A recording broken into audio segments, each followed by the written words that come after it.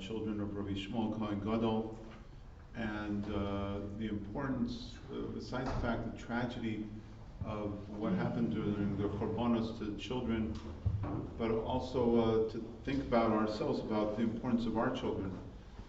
And it's always mentioned that after the Holocaust during World War II, when the survivors saw a child, there's a famous picture of the present Chief Rabbi of Tel Aviv, Rabbi Lau. He was a little boy. There were a bunch of people around him, and they're so happy to see him. Because to see a child, they didn't think there were any children left. They thought they were all wiped out. And children are the future, the source of hope, the future of Klal Yisrael. So to be given the task to be machanech children is a very daunting, very important, the most important task. Tinoko shel beis Rabban. And so it's always a tremendous, I was mentioning before, Rabbi Goldberg is so gracious to give of his time every single year when I call and ask him, usually Pesach when he comes to pick up matzahs, if he would speak. Hopefully it's a happy occasion, but if it's not, he's always very gracious and ready to speak. And so we want to thank him not only for the chinuch of the future generation, but he continues to be machanech even when that generation grows up. And so you can see the people who are here today are parents or students. I don't want to say former, there's no such thing as a former student. Older students of Rabbi Goldberg, and everyone derives so much chizuk from him.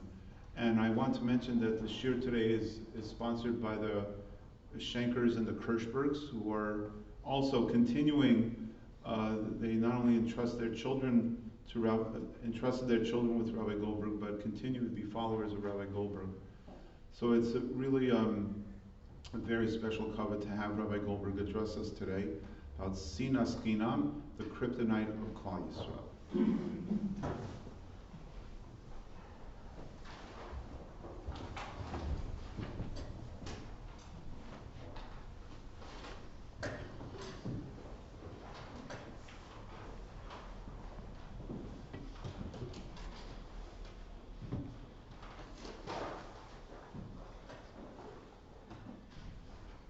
I wanted to thank the Rav for the kind words.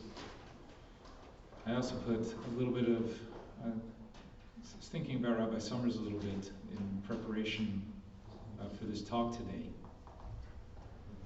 And I thought about a particular pasuk in Koheles, where Shlomo Melech said, "Matza ish miskein v'chacham."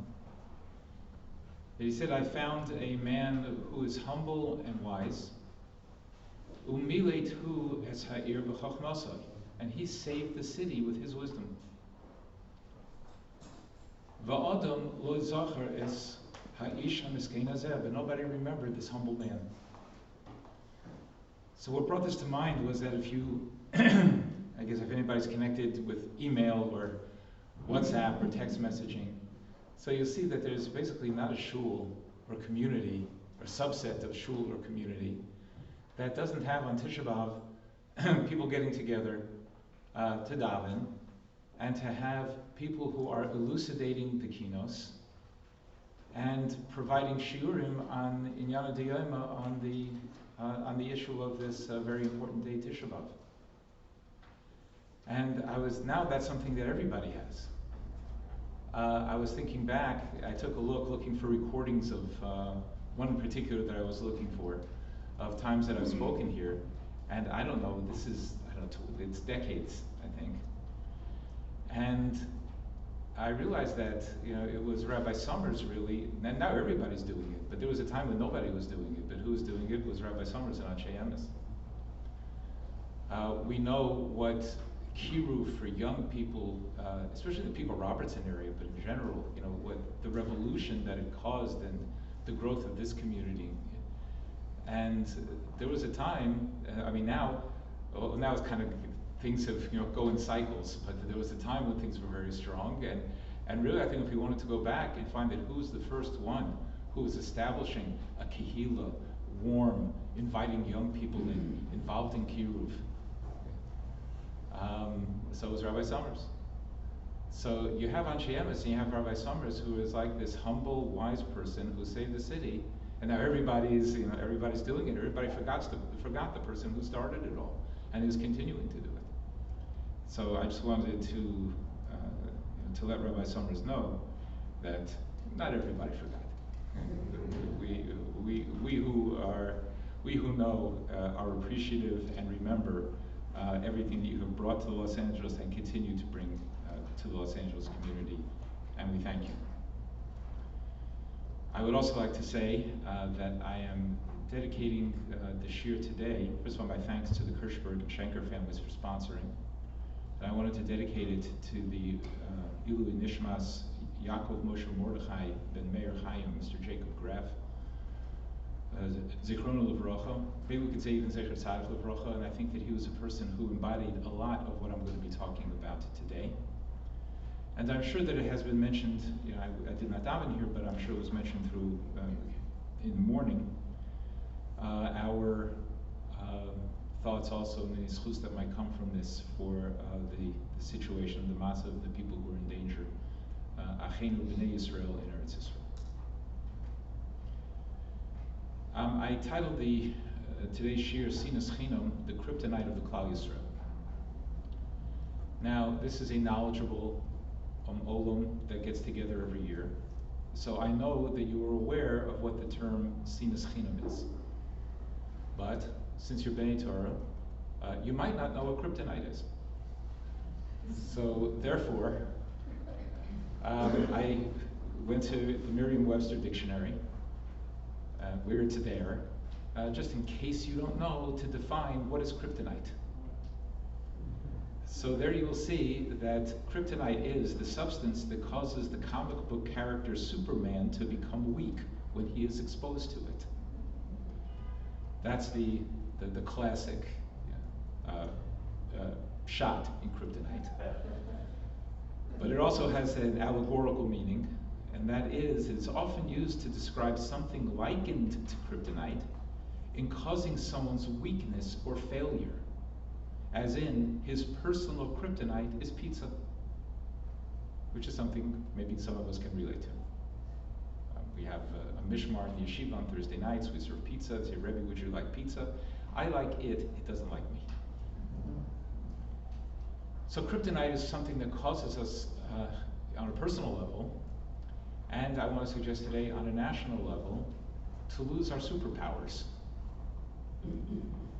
And the thing that causes the Klal Yisrael to lose our powers as a Klal Yisrael, more than anything else, is Sinas Chinam, is dislike of other people and separation and distancing of ourselves from other Jews for no reason. Years ago, I heard Rabbi Matisyahu Solomon, Shlita Shabrafu Shlema.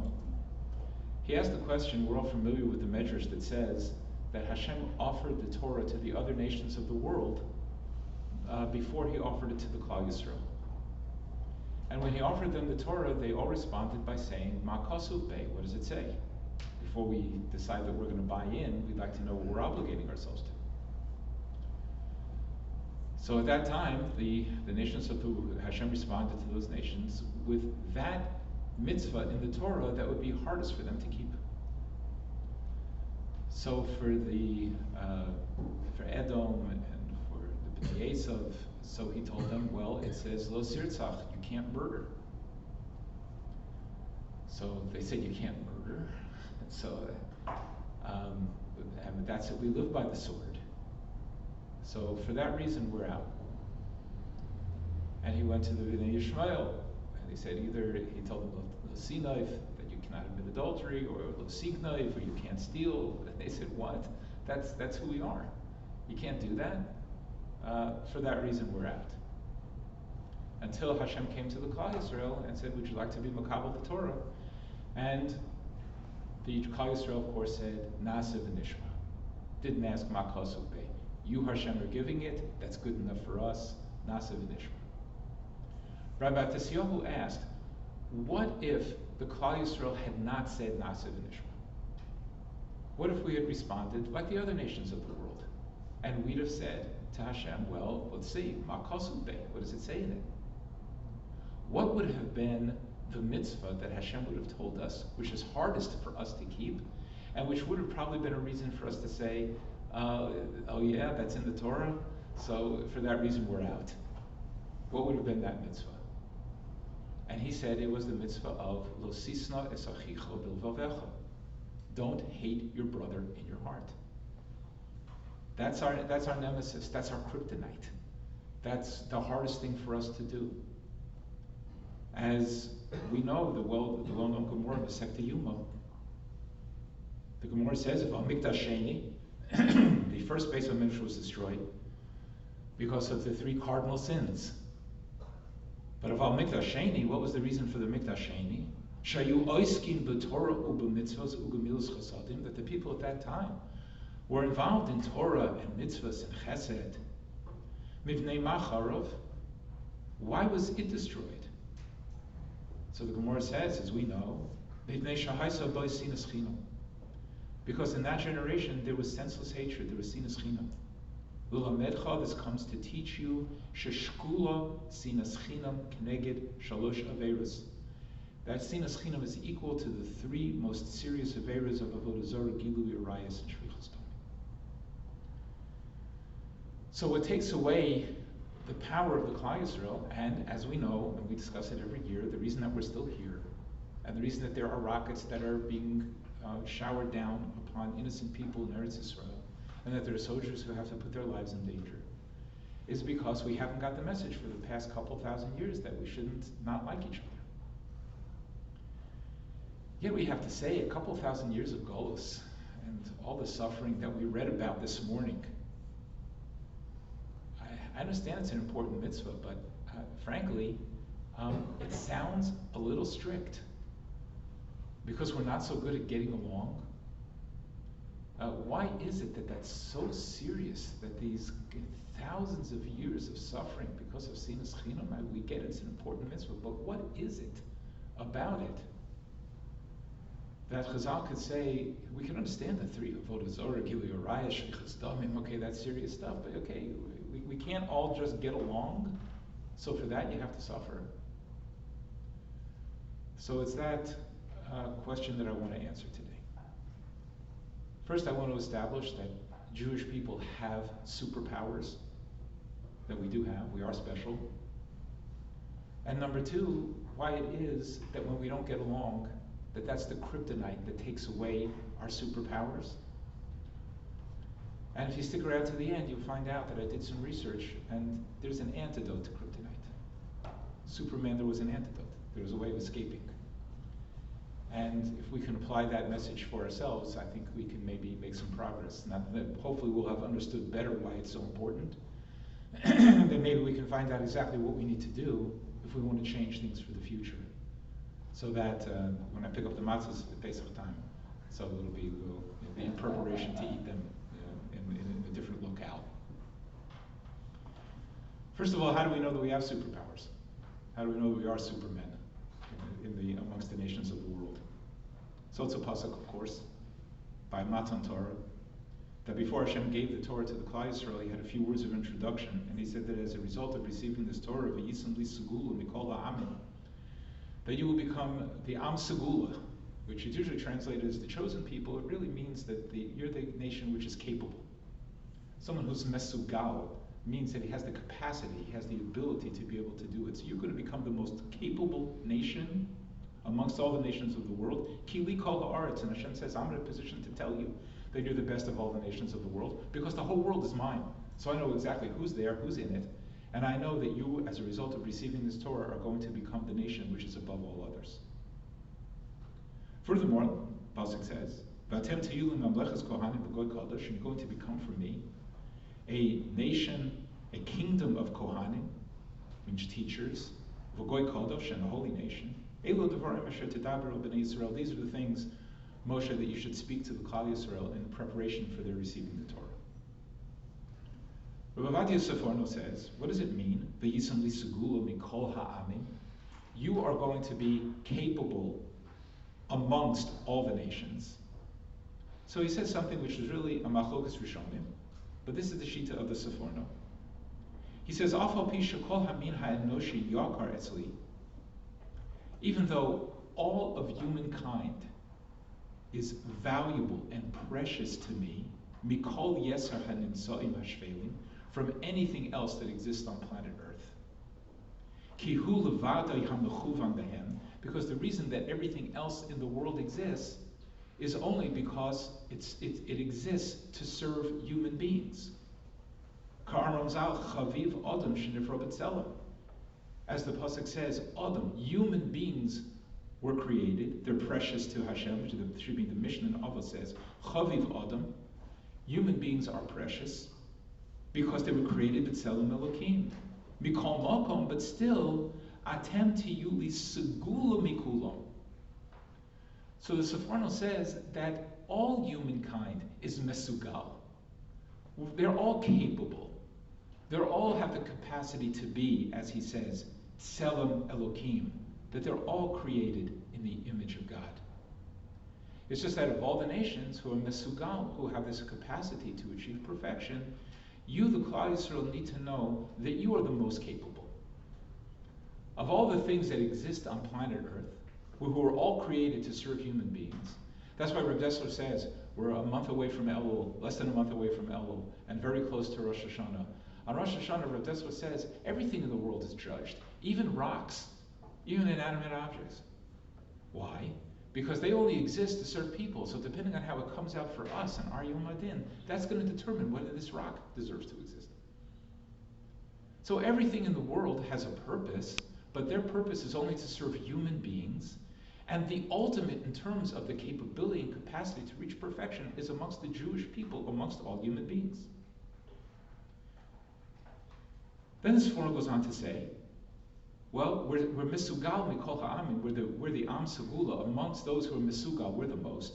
Why is that and how is that? He says, ubezete you segula mikulam, here's how you show yourselves to be the most capable. That's because kitiyu mamlechas kohanim, you're going to become a kingdom of teachers, lahavim ulahoris, and it's going to be your job to understand, because you are supposed to understand the curriculum before you teach it. That's just throwing that out there. You know, we do have to try to understand things before we teach them. Ulachol min ha'anoshi, you're supposed to teach to all humankind. What are you supposed to teach them? Likroi kulam b'shem Hashem ula'avdo shchem echa. That they're supposed to call out to Hashem, to believe in Him, have a connection with Him, a relationship with Him, and to serve Him by all of them putting their shoulders together, united in the service of Hashem. That's our job, is to get all those mesugal people in the nations of the world to understand that we all need to work together to serve Hashem. Yisrael, that's going to be our job in the future, b'yamos HaMashiach. Ka'amro, as it says, Vatem Kohanei Hashem Tikra'u.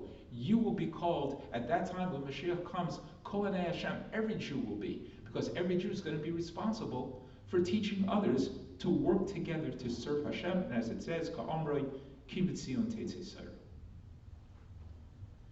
So we're the Am Segula. We're the most capable people. How do we become the most capable people? We become that way by recognizing our responsibility to teach the rest of the world about Hashem and how to serve them. And in that, the Seforno says, we fulfill what it says in the Mishnah, Chaviv Adam, every person is precious because he's Nivra B'Tselem. He was created in Tselem Elokim. For our purposes, so we'll see just a second in the Maharal, Tselem Elokim means that we have the capacity to become completely, to fulfill the potential that exists within ourselves as human beings. We have the capacity to become the Adam HaShalem, the complete person.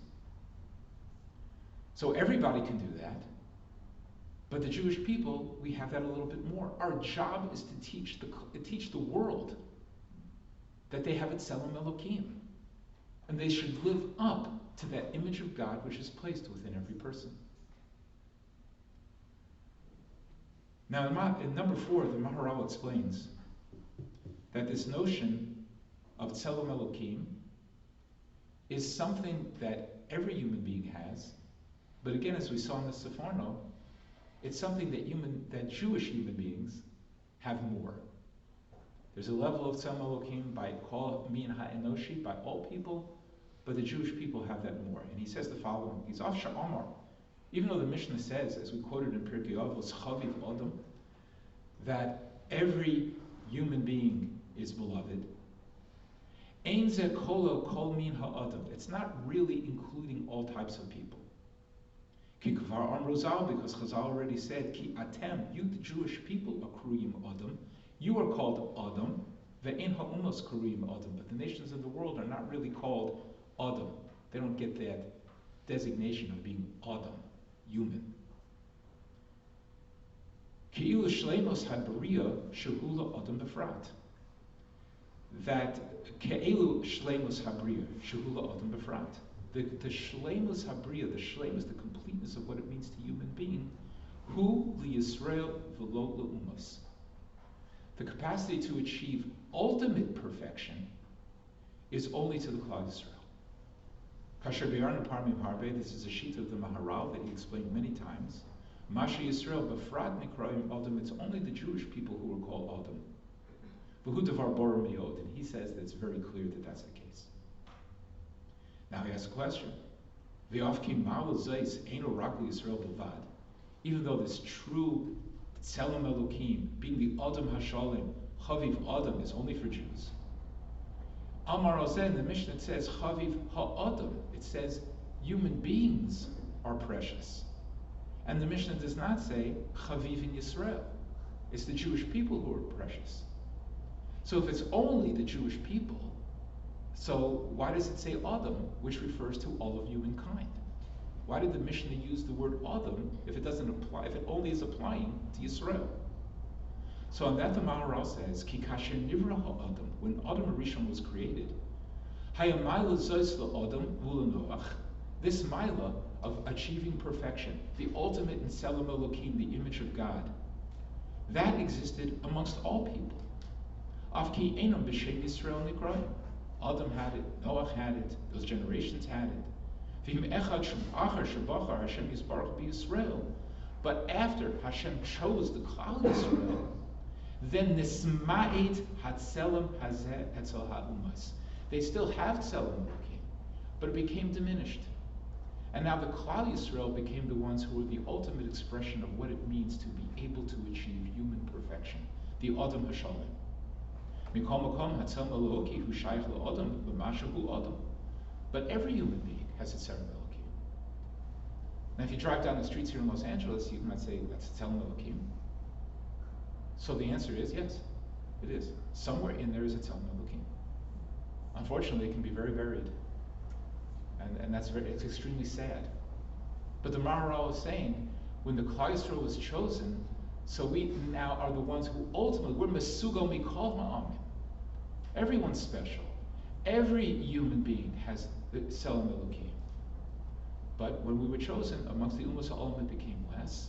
And now it became our job to bring it out within ourselves and accept our role as being the ones who are responsible for all those people, those billions of people in the world, to try to show them that they have one, a Tzelem Elokim, and to help them bring themselves to a greater sense of completeness and fulfillment of what a human being could possibly be.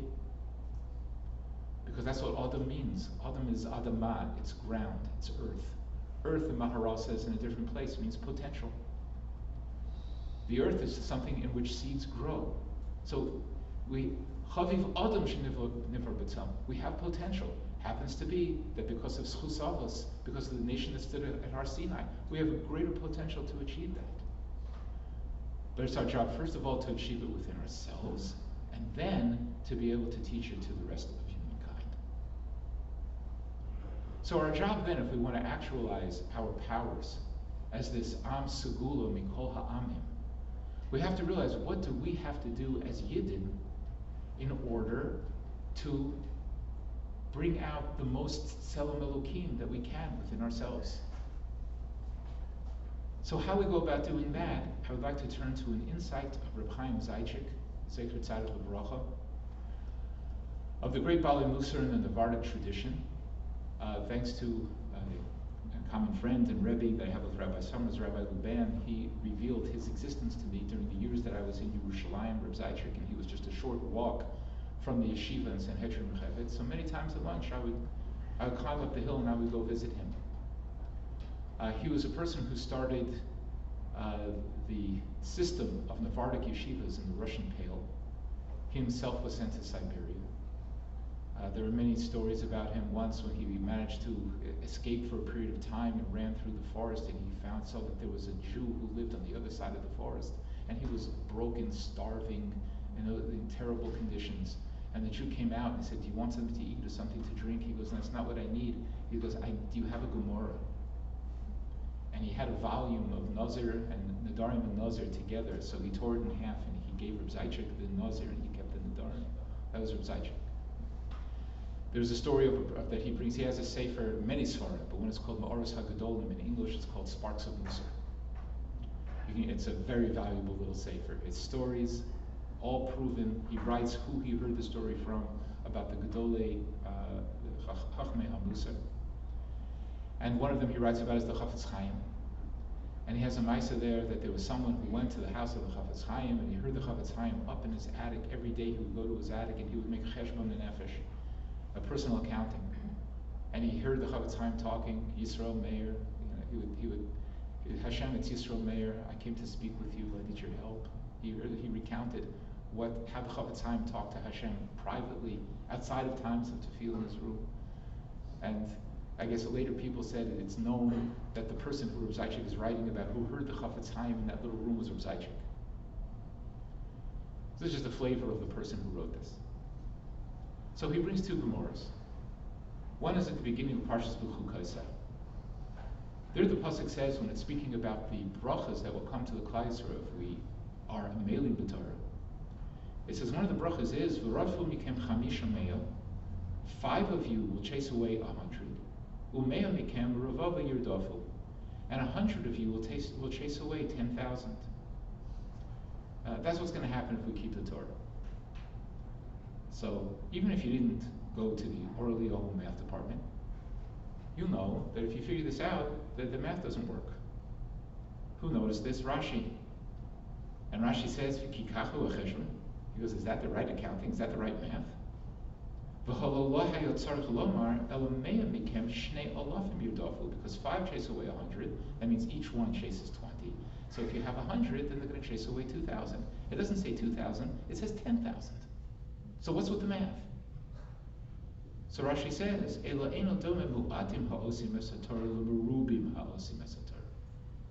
you can't compare a small number of people who are together fulfilling the Torah to many people who are together fulfilling the Torah. So it's not, the whole is greater than the sum of the parts. It's not just you can just keep the equation. If 5 do 100, then 100 are going to do 2,000. No, it's going to be 10,000. Because you can't compare the power of having many Jews who are doing something together. That's one example. Another example is in Parsha Shlach, when the Raglim went to Eretz Yisrael and they brought back the famous eshkol, the famous cluster of grapes. So the Gemara says that they carried them b'mot b'shnayim. They carried them on a pole by 2s. So Rashi explains exactly how they carried it. He says, Gemiri, we have a tradition. And that tradition is tuna de madle inish al katpei, that if you have a burden which is carried by a person on his shoulders, eno el shlish masui mi masui shemasayinos al laharim. So if a person's carrying a burden, say the Rashi means like this: if I can carry 100 pounds, and you come and help me, then you know how much we can carry? 300 pounds. It's not just I can do 100 and you can do 100, so together we can do 200. When you have another person helping you, so then the 100 plus 100 becomes 300. So in Rashi's math, 1 plus 1 equals 3. How is that? What's going on here? That 5 can chase away 100 and 100 can do 10,000. And 1 plus 1 is not just double, it's actually, it increases, it becomes 3. What's going on here? So Rabbi Zaychik says the following. He says, it's mashma mekan, it seems from here, Ki mitziruf shel kochos meshutafim, when you have a combination of combined powers, notzer koach shlishi. Guess what you get? You get a third superpower. You get a third power. V'hakoach hashlishi hazeh, and this third power, hu elyon v'nistar. It's exalted, it's elevated, and it's hidden. You don't see it. Eno nira b'chush ba'alil. You don't see it tangibly, and you can't see it clearly. He attributes it in this section, koach ha'betochon va'emuna. If you get Jews together who are boteach and have emunah in Hashem, shemizeh misvasef al kocho hagufani shel ha'adam. It increases the physical strength of a person. Kochos mishutafim mamshichim aleim koach shel maila lamata. If you get people working together, then it brings a power, a superpower from above. It brings it down into this world. And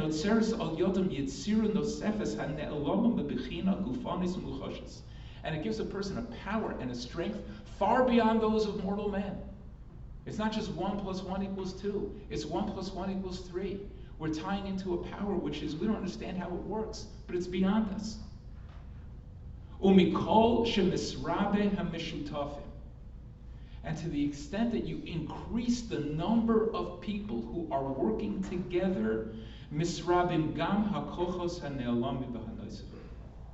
The more Jews you get working together, the more you're able to tie into this celestial Elyon power that actually comes down and gives people more physical strength. You can physically carry more.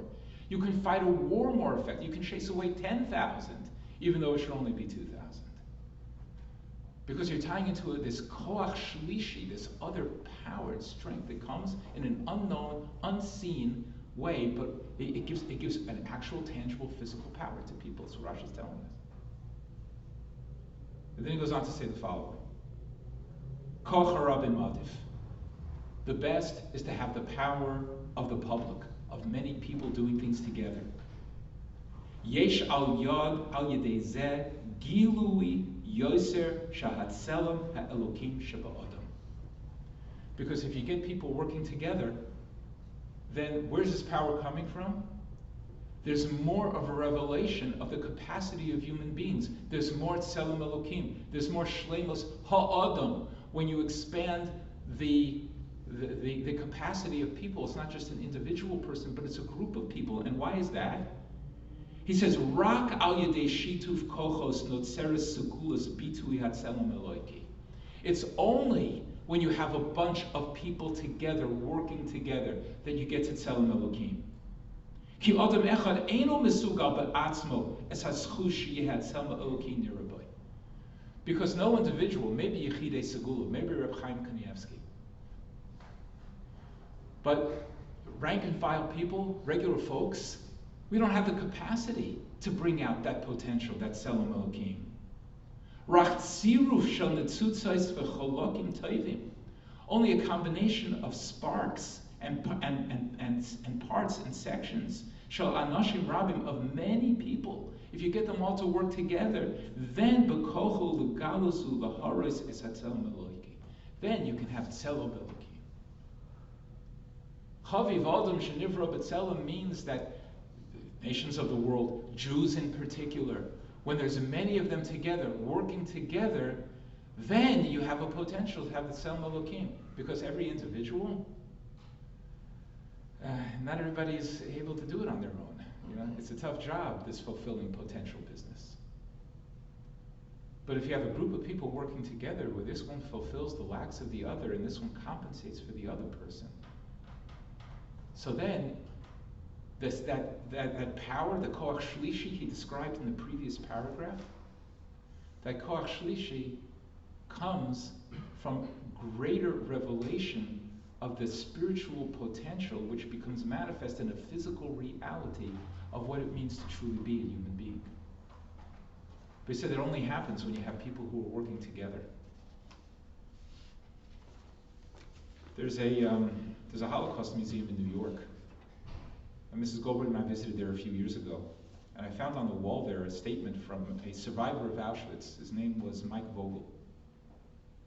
He said the following. He said, to survive, You had to have a partner. A partner to take care of you, and you to take care of him. A partner who you could organize food with, and who would share food with you. You had to have someone to help, because if you stood by yourself, you couldn't survive. You didn't survive. There were those people who didn't want to share anything.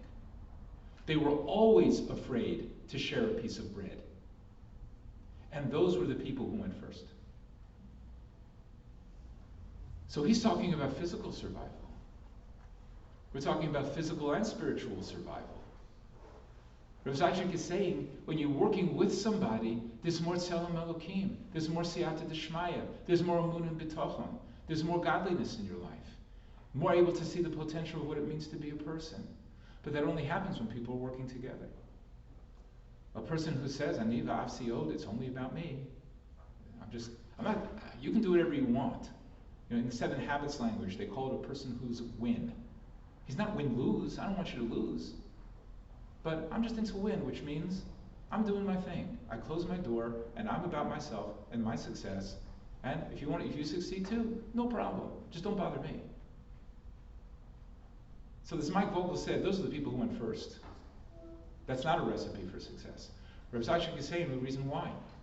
Because when a person's only doing for himself, even if he's not actively doing anything to harm other people, but he's only for himself, so then there's not as much Tzelem Elokim.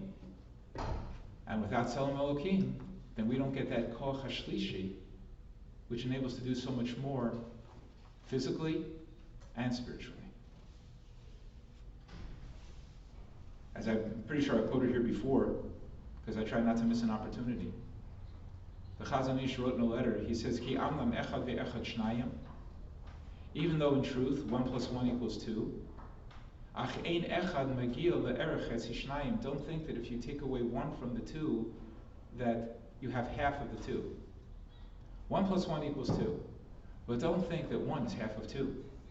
Ki mailas hashnayim lo techza, because there's a mila, there's a virtue, there's a reality in 2-ness, and it can't be divided. It's not just a combination of ones. Ach atzmis, it becomes its own reality. When you have people working together, it's its own power, it's its own strength. Mike Vogel said it was what kept people alive. And if a person didn't have it, they didn't survive. And in fact, they were the first to perish. And the Chazon Ish is telling us that the Adam HaSholem only comes when there's 2. You can't have an Adam HaSholem if a person just lives by himself and for himself. Because unless you're a Chaim Kanievsky, so it's not really going to happen. And probably Chaim Kanievsky would tell you need other people too. And he had relationships, and he was connected to people, and he had a beautiful family life. Because you can't do it by yourself. According to the Seforno, remember he said that we become the Am Segula Mikol Ha'amim when we teach Kol Min Ha'enoshi about the fact that they also have a Tzelem Elokim. So our job is to be those who understand and who teach Torah, who teach other human beings about their potential. So in order for us to tap into another superpower, one of them is our Tzelem Elokim. Another is our ability to know and to teach Torah. Guess what? You also need to have other people. In the Eshes Chayil, which the Vilna Gaon understands that the Eshes Chayil, in his Perush on Mishlei, he understands the Eshes Chayil as referring to the Talmud Chacham. So the pasuk says, Eshes Chayil miyunso. Who can find an Eshes Chayil? So he points out that the word Chayil is Gematria Memches 48. And we know that the 6th Brisa in the 6th Perek of Pirkei Avos says that Torah is acquired with 48 different midos. So Eshes Chayil miyunso. And at the end of the Eshes Chayil, as we know, it says, Rabos Bonos, many daughters together, Asu Chayil, can achieve Chayil Memches. So the Gaon says, Kol sha'adam zoichel memches devorim sha'Torah niknes, to the extent that any individual can encompass those 48 midos that one has to have to acquire Torah, to the extent that you get close to the 48, he's Nikra Eshes Chayil. He's called this Eshes Chayil, the Isha of the 48. The Talmud Chacham has all 48 of these midos. The Gon is a realist, and he says, "Avalo kol adam zocha lekulam." But not every individual can get all 48. Again, maybe you're a Chaim, but to have one person who has all 48 of those midos, very hard. Ela zema'at v'zema'at. You get Jews together, and then he contributes a shmiyas ha'ozen, which is one of them, a listening ear. This one contributes a Talmud, that he has a Rebbe who teaches him. This one contributes a mute shena. He'll diminish the amount of sleep. This one contributes a nose ba'olim chavero. There's 48, that's a lot. Take a look at the list. It's a comprehensive list. In order to be the Eshes Chayil, you have to have all 48. The Gaon says, how's every person going to get the 48? He says, basically, it's not going to happen. But if you get a group of people together, v'zema'at, then you can have it, shnemar, rabos bonus, biyachad, asu chayil. If you have many Talmidei Chachamim together, many good Jews together who are trying to encompass and to teach Torah, you get many of them together, then amongst them they can create chayil. But if they're separate and disparate and fighting and not getting along and don't have a connection with each other, so then our power of Am Segula, which the Sforno said means our ability to understand and to teach Torah, we lost that power. It's Kryptonite. We didn't have the connection with each other, so then we can't get to it. No Tzelem Elokim, no Torah. Hang on, there's more. Another special power that the Klal Yisrael has, according to the Kuzari, he says that when a person has said the brachas of Shema in the morning properly, then when a person achieves that, he becomes B'hishlim kol eila, when he accomplishes and fulfills all of that, b'kavana g'mor, and he says those tefillos with proper kavana, he's then called Yisrael Amiti. He's now in a place where he can be called a real Jew. V'ru'ui lo sheyikaver lehidabek be'inyan ha'eloki ha'devek b'bnei Yisrael bil'adei shar ha'umos. He then is able to attach himself to the Jewish people and to achieve what only Jewish people can achieve. And what is that? V'yakel alav la'amod lifnei ha'shechina v'yishal. He then has the ability, he said Shema and the brachas of Shema, and now he's the Yisrael ha'amiti, and now he is able to stand in front of Hashem and make requests, and not only that, v'ya'aneh, and he'll be answered. That is a special power that the Jewish people have, that no other nation has in the same way that we do. He goes on to say, after we said the first three brachas of the Shemona Esrei, we then can begin to ask for our personal needs. And how do we ask for them? B'chlal kol Yisrael. Our tefillos and Shemona Esrei are written in the plural. We're davening for the entire Klal Yisrael. V'lo ya'avor zeh. And we have to know this. You can't skip that part. Ki ha'tefillah ha'ne'enis, a tefillah that's answered, ein a ki'im. There's two conditions that a tefillah gets answered according to Rabbi Yehuda Halevi. One, that when you daven lekahal, for the benefit of the public, or b'kahal, or you do it with other people. You're either davening for other people, along with your needs, or with other people, for them or with them. Otherwise, he says, tefillah is not going to be answered. Or you can have an individual who is equal to the whole community, like the Nevi'im, like Moshe Rabbeinu. But he says, even in his day, v'neder bizmanenu, we don't have folks like that anymore. So the way to get a tefillah answered, and he said, it's a special power that Jews have. How do you get your tefillahs answered? It has to be you're davening for others, or you're davening along with others. And you can include yourself, your need also. But it's included b'soch sha'ar chayla Yisrael, amongst the others who are ill in the Klal Yisrael, for example. Now, why is that, he says? Why do you need to be davening with them? And this in particular applies to this side of the room. This is about men, this next section. He says, one of the reasons that you have to have a minyan, he says, because it's almost impossible. When a person davens Shemona Esrei, to say he's going to have proper intention and kavanah for the whole Shemona Esrei, that's really hard to say.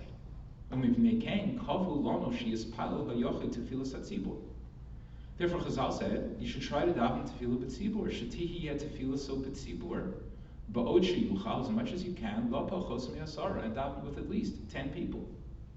K'dei sheyashalim k'tzasam mashe yechsar b'k'tzasam b'shkago o b'peshia. Because then, if you have 10 people davening, this one contributes a Shema Koleinu, this one gives a Barei Choleinu, this one wasn't spacing out in Rafa'inu, this one was able to hold Kavanah by Sim Shalom.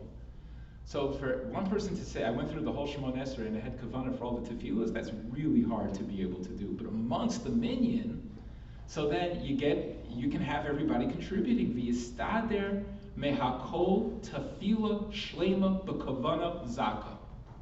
And then what gets created amongst that minyan is one Shemona Esrei, which is pure and good, v'tachol ha-bracha al hakol, and then the bracha comes to that entire tzibor, v'yikil l'kol echad me'yechidim chelko mimenu. Now the bracha came, and everybody gets their portion. So a special segula of the Klal Yisrael is that we can stand in front of the Shekhinah, ask and be answered. But to go through a Shemona Esrei and focus and concentrate, that's really hard. So what do? Hashem said you got to get a minyan together. Amongst the minyan, you get one good Shemona Esrei. And that's the Shemona Esrei that goes to Shemayim, and that's the one that answers, and everybody benefits. Evidently, women are better than this because they don't need a minyan. Men, we can testify, right? So we can testify that we need a minyan, even then. So what do you see? The things that make us special: Tzelem Elokim, Torah, Tefillah. The only way that we get them is when we're together, is when there's a group working together. Yes, there's Tzelem Elokim by everybody, but there's only a Yiddish Tzelem Elokim when you have a bunch of Jews together, because no individual can do it. Torah, it's only Rabos Banos Asu Chayil. Tefillah, it's only when you have a minyan, when you're davening, and this applies to the women too. Either you're davening with others or for others. The Shemona Esrei is B'loshen Rabim. It has to be that you're thinking about other people. If you don't have it, so then we don't have the power that Torah, Tefillah, and Tzelem Elokim is supposed to be giving us. So now we understand why it's really not strict, and it's not even a punishment. It's just a metzias. If there's no achdus, if there's Sinas Chinam, so it's Kryptonite. It weakens us.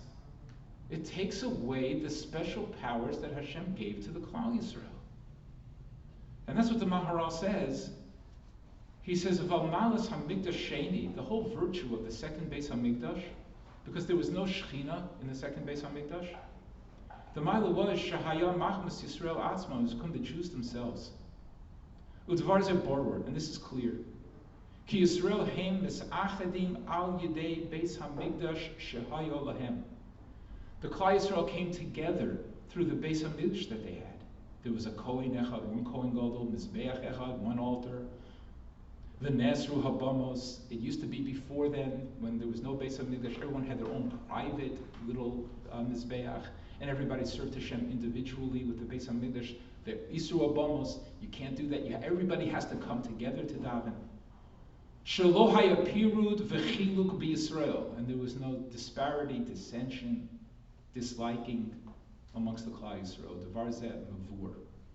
That's clear, he says. V'od yizbar b'perek shachar ezeh. And I'll explain it more later. He says, L'kach Beis HaMikdash. Al yodai heim uma achas. Through the Beis HaMikdash, we became one nation. Shleima. U'mivnenkach nechrav habayis bishvil Sinas Chinam. That's why it was destroyed, because of Sinas Chinam. Shenechalek levavam, because there became a disparity and a breaking apart of their national heart of the Klal Yisrael. We were supposed to be of one heart, and now we're of disparate hearts. Vayum mechulakim. V'lo hayu ru'uyim l'mikdash. We didn't deserve the mikdash. Asher hu his achdus Yisrael, which is the unity of the Klal Yisrael, who perush pashutu. This is obvious. So it's not the Romans destroyed it; it was destroyed already. Because what was holding it together wasn't the mortar and the bricks; it was the achdus of the Klal Yisrael. That's where we get our power from. No Tselem Elokim, no Torah, no Tefillah. So of course it fell down. There's nothing holding it up. So therefore, if we don't fix it, so then it's going to stay that way. It's not going to change. It is that which takes away, Sinas Chinam takes away from the power of the Klal Yisrael.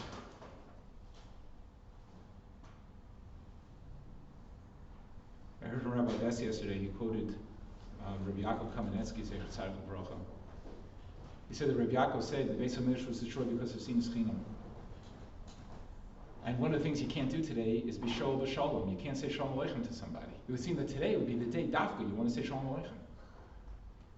That's Rabbi Yaakov. Today's the day you say Shalom Aleichem. So why can't you say Shalom Aleichem? Because if there's a day that you can't say Shalom Aleichem, then you realize how special it is to say it. When it's taken away for a day, then you realize how special it is to have it. There was once a Jew who was walking towards Rabbi Levin, and he didn't have his yarmulke on. He was a student of his in the old days, or maybe it was from the prison, and he saw Rabbi Aryeh was coming, and he wasn't wearing a yarmulke. So what did he do? He headed for the other side of the street. So what did Rabbi Aryeh do? He headed for the other side of the street. And when he caught up with him, he said, "Why'd you go to the other side of the street?" He goes, "I was embarrassed because I wasn't wearing a yarmulke." So Rabbi Aryeh said, "Don't you see? I'm a person who's very small of stature. I'm not tall. I can only see as high as your heart." Yeah. So remember I told you that I checked it out. There's an antidote to kryptonite. How did Superman escape kryptonite? He has to go to a different dimension. Kryptonite only affects him in that dimension if he can go to a different dimension, whatever that means. If he goes to a different dimension, so then kryptonite doesn't affect him anymore because he's in a different dimension. So if we want to defeat Sinas Chinam, you know what we have to do? We have to get to a different dimension. We have to view people and events and things and circumstances, we have to view them from a different perspective. What's that perspective? It's a perspective of ahava. Instead of sina, it's a perspective of love. Now I heard just this morning that somebody quoted Rabbi Berkowitz, the Yeshiva Torah Rosh Hashiva, as saying that they say that the cure for Sinas Chinam is Ahavas Chinam. So Rabbi Berkowitz said, no, it's not. He said there's no such thing as Ahavas Chinam. What do you mean Ahavas Chinam? Sinas Chinam means I hate you for no reason. There's no such thing as loving you for no reason. There's a reason to love everybody. There's no Ahavas Chinam. You just got to find the reason. There's no reason. There can be no good reason to hate somebody, but there's always a reason to love somebody. And I'll prove it to you. It's a Sforno. The Sforno says in the Hakdama to Shir Hashirim, he says love means hu sheyismach haohev al malas hane'ehav. It means that the person who loves, he gets joy and satisfaction out of the virtue that exists in other people. And va'al hasagas kol cheftzai. And he's happy when the other person gets the things that he needs. But essentially, the Sforno says, V'ahavta recha kamocha, how can you command me to love somebody? I don't love him. The command is, use your mind, find something good in him. Find something good. You know, I was once given a piece of advice that if you're dealing with people who are like really, giving you a hard time, because when you meet up with them, prepare yourself by trying to focus on one good thing that you see in them, even if it's the fact maybe that they had good orthodonture. So, but find something. Find something. On a serious note, I was once giving a shir, and we were talking about kavod, having respect. And there was a young woman in the back, not religious at that point. She now is married with a beautiful family, and said, how am I supposed to have kibbud av v'aim? How am I supposed to respect my father? He abused me. So the advice that I gave her, because I was stunned, and it was the only thing I could think of at the time, was this piece of advice. I said, im kol zeh. First of all, I said, at a distance. Because how do you honor somebody? How do you honor a parent who's a thief? So with your hand on your wallet. Rabbi Yisrael Salanter said the first mitzvah is don't be a fool. So you have to honor him, but you honor him with your hand on your wallet. What do? At a distance. And with all this, try to find something good in him, because only then would you be free of him. She later reported, like 6 or 8 months later, she was able to find something, that he was Jewish, and at least she passed down the Jewishness, which brought her to the point where she was now. So she was grateful to him for that. And she said it gave her a sense of freedom.